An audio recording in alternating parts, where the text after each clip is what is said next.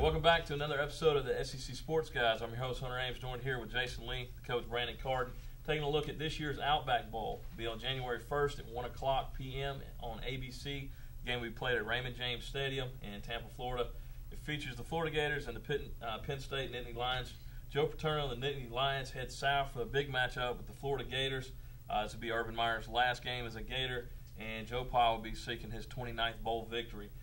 Both teams have struggled this year, Jason, with 4-4 records in their conference.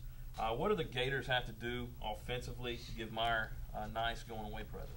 First of all, I think they've got to pick a quarterback. They started the year, John Brantley. They went 6 or 7 games with him and decided it wasn't working in the spread offense. So they actually didn't go to a 2-quarterback system. They went to a 3-quarterback system with Trey Burton and Jordan Reed joining Brantley. So I think they got to figure out who they want to go with. You may be able to get away with 2 quarterbacks, but you definitely got to get away from the 3. And they've just got to know what they want to do. You know, I think there's a lot of question marks out there with Urban Meyer resigning. They've already hired Will Muschamp.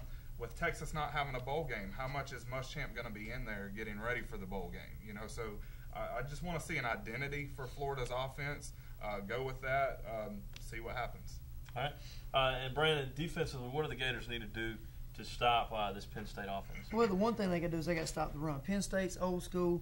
They like to run the ball. Paterno really likes to run the ball. And then they come play action off that. A lot like Georgia's offense, really. You establish the run, then you go with the pass. If Florida can step up defensively and stop the run, which, you know, they haven't seen too many teams like that since they played Georgia.